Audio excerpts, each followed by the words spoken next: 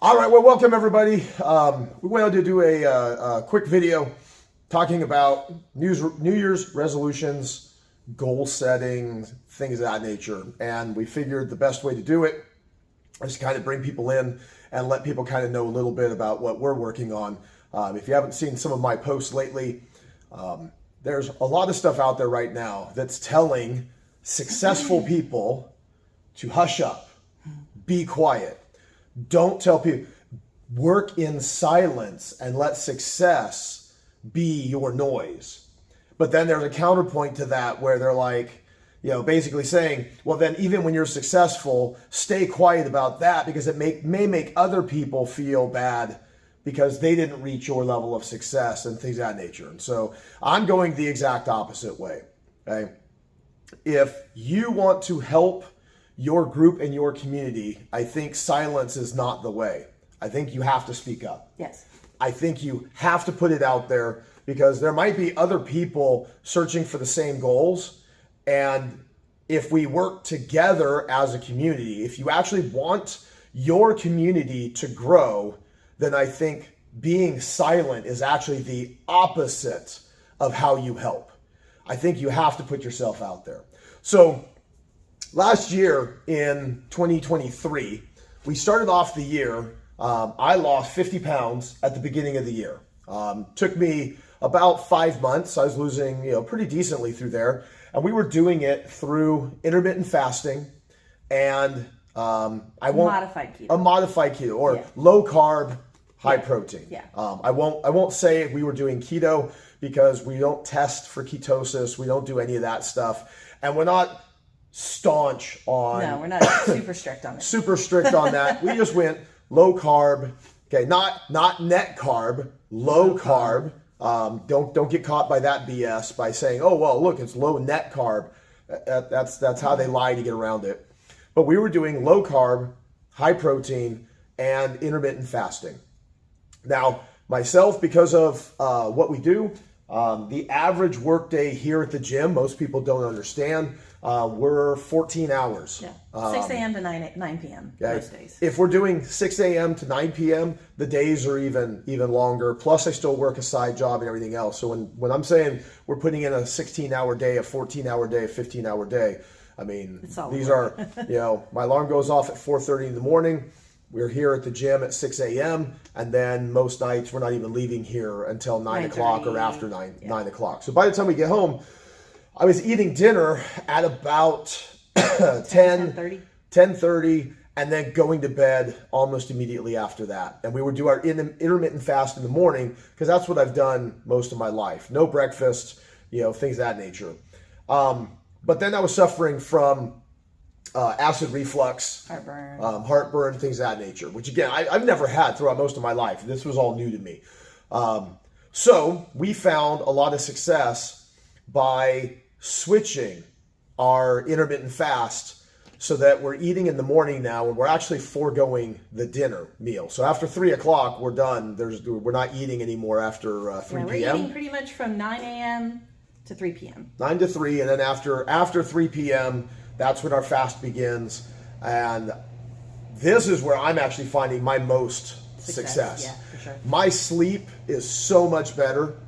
And I was right there with a lot of people when we first started talking to people about mixing up our intermittent fast and switching it to fasting in the evening rather than the morning.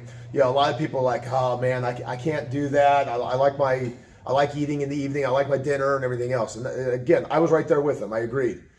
But my sleep sucked, everything else. And when we switch our intermittent fast to going to bed fasted, my sleep was so much better. My sleep is more sound. My sleep is deeper. I'm feel better when you wake up. I feel so much better in the morning when I wake up. I'm not waking up.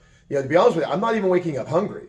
I wake up feeling so good in the morning that to be honest with you, I'm loving doing the evening fast, which it is difficult. I mean, because I'm so ingrained to eat in the afternoon and eat in the evening that part is a little difficult, but the results that I'm having, I'm really loving. So currently right now, I'm down since the first of the year because unfortunately, 2003, again, I started off by losing 50 pounds. But then we had some major stressors. And Then, my took us father off the passed rails. away in the end of June. Then Melissa's father passed away. October. I had severe back issues throughout the entire year, which I was losing weight in spite of the back issues. Then I had hernia surgery and things of that nature. And the next thing I know, my 50 pounds are back on. Yeah. Pretty much. So now again, I'm not telling you, I am telling you that I take responsibility for that. In those instances, I could have made better decisions. I chose to break my diet. I chose to cave in to the depressions and things of that nature. And unfortunately, I am suffering the weight gain because of it. And so, again, I think it's important to say that these are things. These other things did not make me change my diet. No. Okay, I ended up doing that, and so ultimately speaking, I think it's important to say that and to take that ownership, because my way out of it is also through my ownership and the like. So we have gone back to where we had our success. We've gone back to doing a low carb, high protein, intermittent fast, but moving the intermittent fast back to the evening, which also means, because of that, no beer. Yeah, nope. Not even low carb beer. We're not doing beer currently right now. It means no alcohol, no beer, things of that nature, because I don't drink at the gym. No. And if I'm not consuming calories in the evening, then that means no beer when you get home and things of that nature. I'm currently down about 15 from the beginning of the year, and I know Melissa, I'm down 5. but it's harder for girls. But where are we at? I mean, the year just began. Yeah. Okay. So we're just sharing this out there with people. I'm also working right now on mobility because right now I've been a little frustrated with the results that my doctors have given me as far as solutions for my back. So again, I'm taking ownership. I'm forcing myself to move more, stretch more, things of that nature. And then also this year, I'm forcing myself to become the best man that I can be. Not just physically. To be honest with you, I'm sorry, but just because you got six-pack abs, if your spirituality and your mentality sucks, your abs suck as well. So I'm just putting it out there. I know I just broke some hearts, but at the same time, to only focus on my physical self and not make a better mental and spiritual self, I'm still failing as a man. So I'm trying to educate myself a lot more on different subjects this year that I find interesting, intriguing, and challenging. Because if you're not challenging yourself, you are not growing. You cannot have balance and grow. You have to be off balanced. You have to feel, that you're challenged. You gotta be a little uncomfortable. You gotta be uncomfortable. Okay. Now, in the beginning, though, right now, we're all in the honeymoon phase. Okay, we're all in the honeymoon phase. This is when the results will be their best. I'll lose weight very rapidly right now, and this is the honeymoon phase. Okay, we have to be ready for when the honeymoon phase is over. And we hit that static point. And we hit the first plateau. The first plateau is not because you're not doing good work.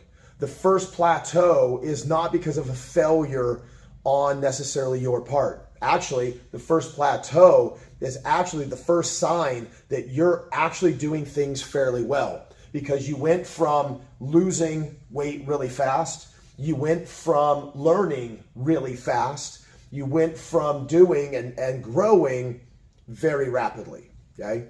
And then your body has become accustomed to this growth.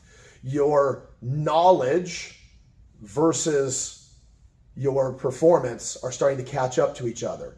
And so ultimately speaking, what you've done is you've reached the first major hurdle, which is where now the real work is going to begin. So once that first plateau begins, take that as a positive. Don't take that as a negative. Don't think it's not working. Take the opposite. Take it as the fact that what you're doing is working, but you've become comfortable with this growth.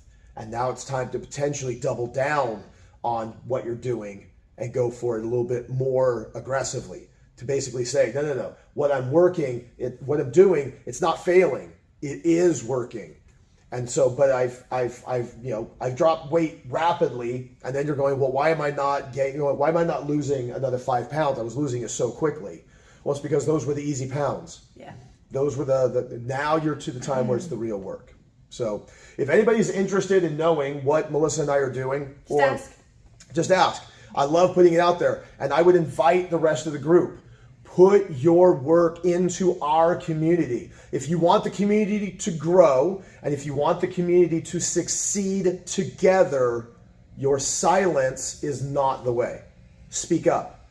Put it out there. Okay? And it's tough. This is not an easy thing to put out there. To say that, I lost 50 pounds and then gained it back, things of that nature. It's not an easy thing to say. Okay? But at the same time, though, my silence in doing this, okay, that doesn't benefit anybody, okay, other than maybe stroking my own ego. Maybe.